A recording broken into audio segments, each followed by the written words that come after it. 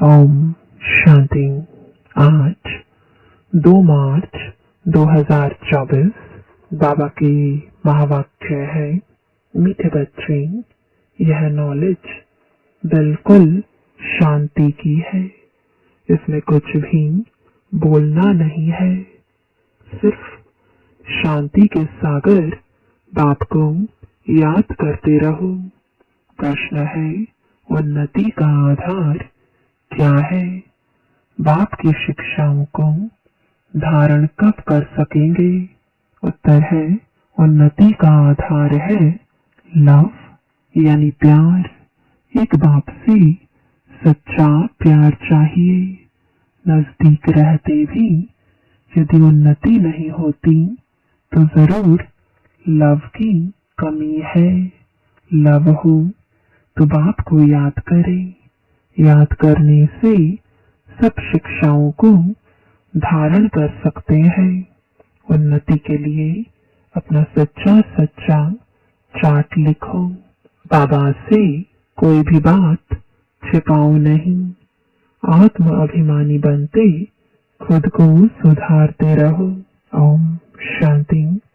बच्चे, अपने को आत्मा समझकर बैठो और बाप को याद करो। बाबा पूछते हैं, जब भी कहाँ सभा में भाषण करते हो तो खड़ी खड़ी यह पूछते हो कि तुम अपने को आत्मा समझते हो या देह? अपने को आत्मा समझकर यहाँ बैठो। आत्मा ही पुनर्जन्म में आती है। अपने को आत्मा समझ परमपिता परमात्मा को याद करो। बाप को याद करने से ही तुम्हारे विकर्म विनाश होंगे। इसको योग अग्नि कहा जाता है। निराकार बाप निराकारी बच्चों को कहते हैं, मुझे याद करने से तुम्हारे पाप कट जाएंगे और तुम पावन बन जाएंगे। फिर तुम मुक्ति जीवन मुक्ति को पाएंगे। सभी को मुक्ति के बाद जीवन मुक्ति में आना है जरूर। तो घड़ी घड़ी यह कहना पड़े कि अपने को आत्मा निश्चय करके बैठो। भाइयों और बहनों, अपने को आत्मा समझ बैठो और बाप को याद करो। यह फरमान बाप ने ही दिया है। यह है याद की यात्रा। बाप कहते हैं, मेरे साथ बुद्धि का योग लगाओ तो तुम्हारे जन्म जन्मांतर के पाप भस्म हो जाएंगे। यह घड़ी घड़ी तुम याद कराएंगे, समझाएंगे, तब समझेंगे कि आत्मा अविनाशी है, देह विनाशी है। अविनाशी आत्मा ही विनाशी देह धारण कर पाठ बजाए एक शरीर छोड़ फिर दूसरा लेते हैं। आत्मा का स्वधर्म तो शांति है। वह अपने स्वधर्म को भी नहीं जानते हैं। अब बाप कहते हैं, मुझे याद करो तो विकर्म विनाश होंगे। मूल बात यह है, पहले तुम बच्चों को यही मेहनत करनी है। बेहद का बाप आत्माओं को कहते हैं, इसमें कोई शास्त्र उठाने की दरकार नहीं। तुम गीता का मिसाल देते हो तो भी कहते हैं, तुम सिर्फ गीता उठाते हो, वेदों का नाम क्यों नहीं लेते हो? बाबा ने कहा, उनसे पूछो, वेद किस धर्म का शास्त्र है? कहते हैं आर्य धर्म का। आर्य किसको कहते हैं? हिंदू धर्म तो है नहीं। आदि सनातन तो है ही देवी देवता धर्म। फिर आर्य कौन सा धर्म है? आर्य तो आर्य समाजियों का धर्म होगा। आर्य धर्म तो नाम ही नहीं है। आर्य धर्म किसने स्थापन किया? तुमको वास्तव में गीता को भी नहीं उठाना है। पहली बात है अपने को आत्मा समझ, बाप को याद करो तो सत प्रधान बन जाएंगे। इस समय सब है तमो प्रधान। पहले पहले तो बाप का ही परिचय देना है।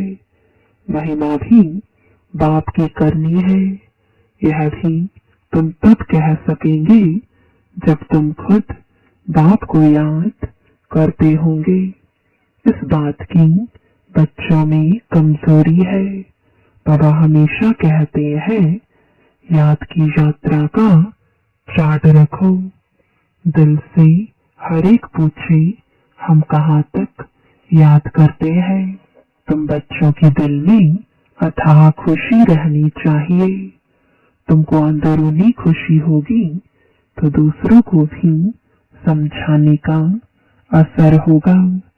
पहली मूल बात यही कहना है कि भाइयों और बहनों अपने को आत्मा समझो। ऐसे और कोई सत्संग में नहीं कहेंगे। वास्तव में सत्संग कोई है नहीं। सत का संग एक ही है, बाकी है कुसंग।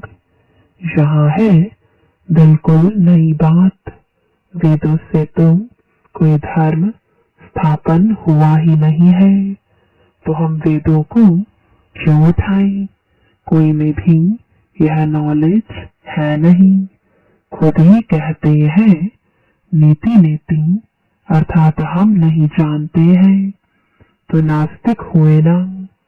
अब बाप स्वयं कहते हैं आस्तिक बनो, अपने को आत्मा समझो। यह बातें गीता में कुछ है, वेदों में है नहीं। वेद उपनिषद तो ढेर है। अब वह किस धर्म का शास्त्र है? मनुष्य तो अपनी बातें करते हैं, तुमको किसका भी सुनना नहीं है। बाप तो सहज समझाते हैं अपने को आत्मा समझ। बाप को याद करो तो पावन बन जाएंगे। इसलिए वर्ल्ड की हिस्ट्री ज्योग्राफी को जानना है। तुम्हारा यह त्रिमूर्ति गोला है मुख्य। इनमें सब धर्म आ जाते हैं। पहले पहले है देवी देवता धर्म।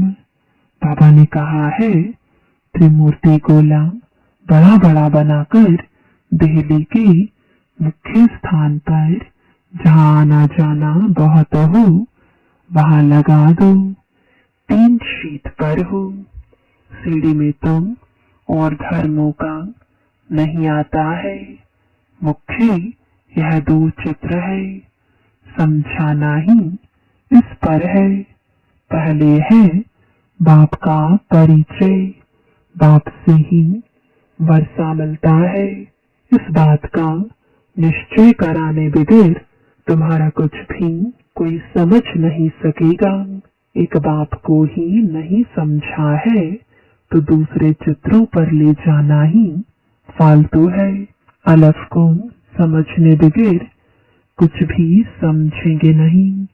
बाप के परिचय बगैर और कोई भी बात ना करो। बाप से ही बेहद का वर्षा मिलता है। बाबा ख्याल करता है ऐसी सहज बात क्यों नहीं समझते हैं। तुम्हारी आत्मा का बाप वह शिव है। उनसे ही वर्षा मिलता है। तुम सब आपस में ब्रदर्स हो। जब इस बात को भूलते हो तब तमो प्रधान बन जाते हो। अब बाप को याद करो तो सत प्रधान बन जाएंगे। मूल बात है ही रचयिता और रचना को जानना। कोई भी जानते नहीं। ऋषि मुनि भी जानते नहीं थे। तो पहले बाप का परिचय दे सबको आस्तिक बनाना है। बाप कहते हैं मुझे जानने से तुम सब कुछ जान जाएंगे। मुझे नहीं जाना तो कुछ भी तुम समझेंगे नहीं। मुफ्त तुम अपना समय वेस्ट करते हो। चित्र आदि भी जो ड्रामानुसार बने हैं वही ठीक है, परंतु तुम इतनी मेहनत करते हो फिर भी किसकी बुद्धि में बैठता नहीं है। बच्चे कहते हैं, बाबा क्या हमारे समझाने में कोई भूल है? बाबा फट से कह देते, हाँ भूल है। अलफ को ही नहीं समझा है तो फट से रवाना कर दो। बोलो, जब तक बाप को नहीं जाना तब तक तुम्हारी बुद्धि में कुछ भी बैठेगा नहीं। तुम भी जब देही अभिमानी अवस्था में नहीं रहते हो तो आंखें क्रिमिनल रहती है।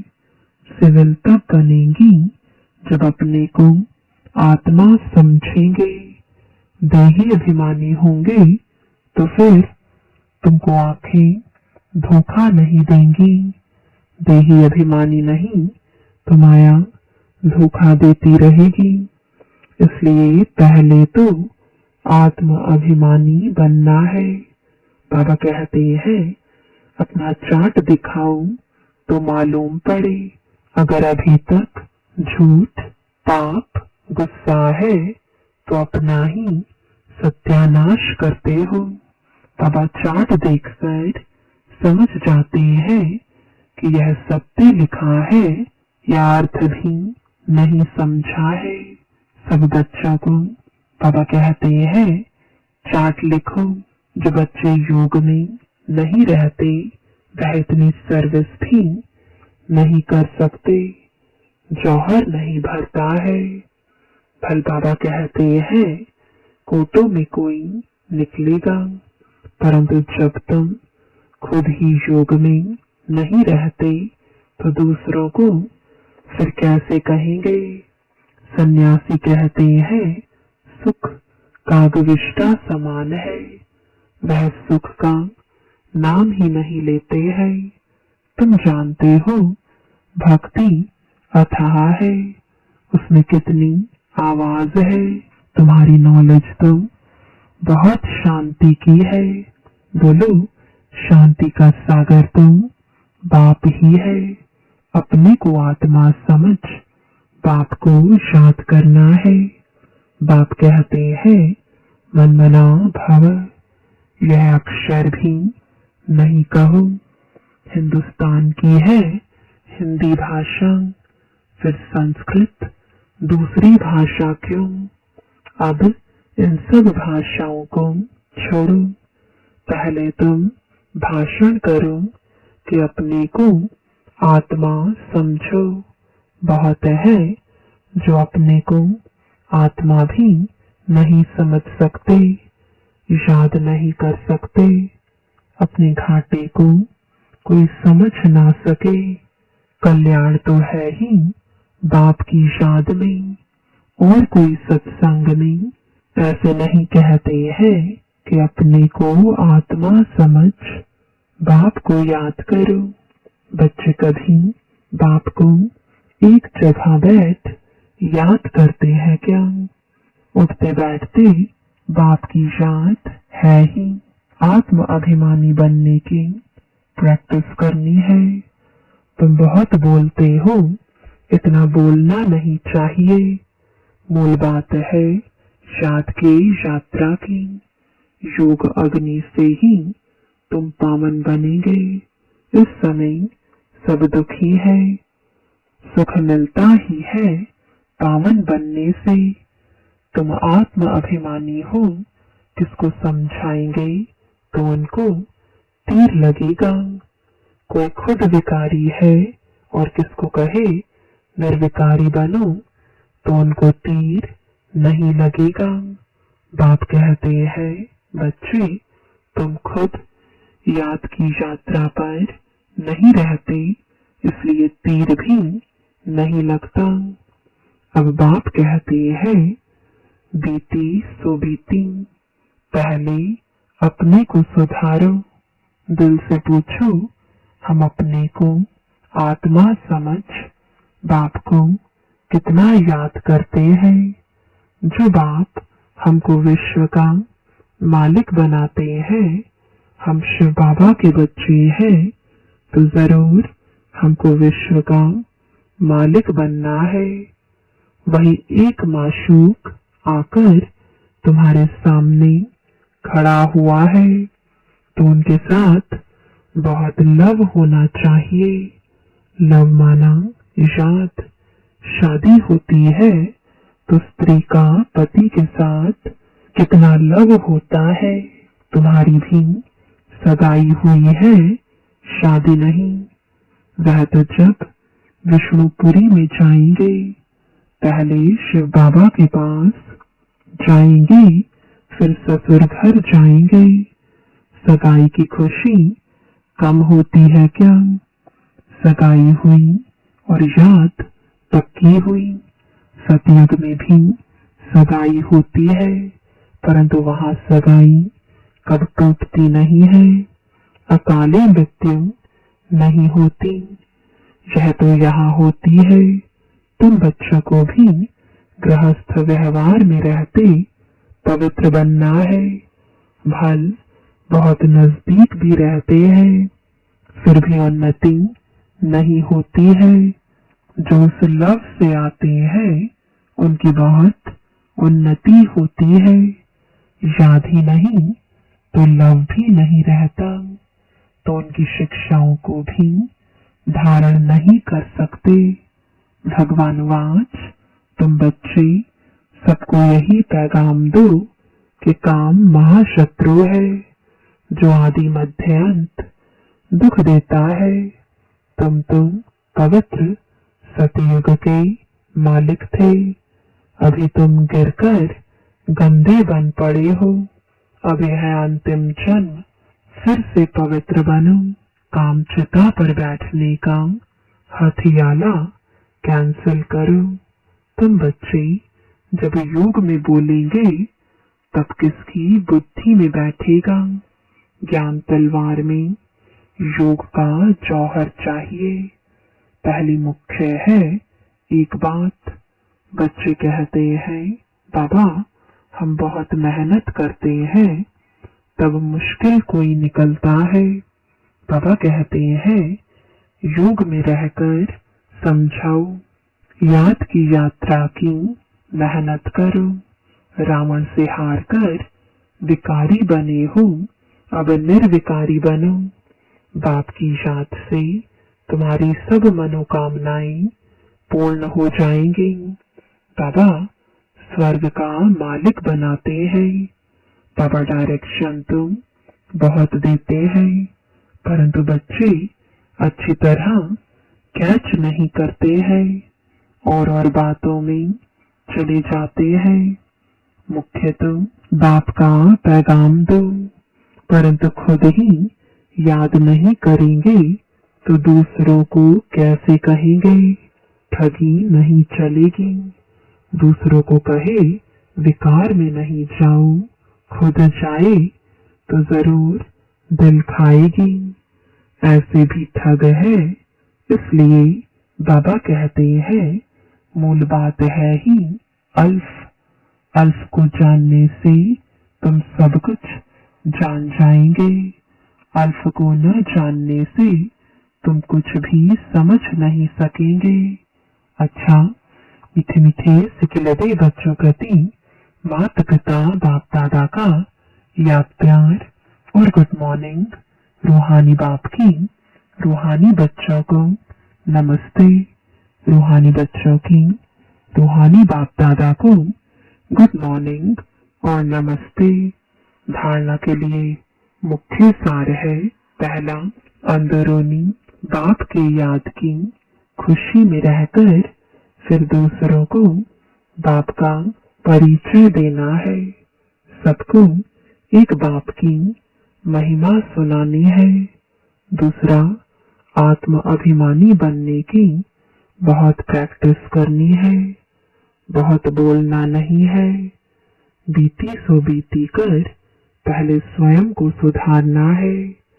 याद की यात्रा का सच्चा चार्ट रखना है।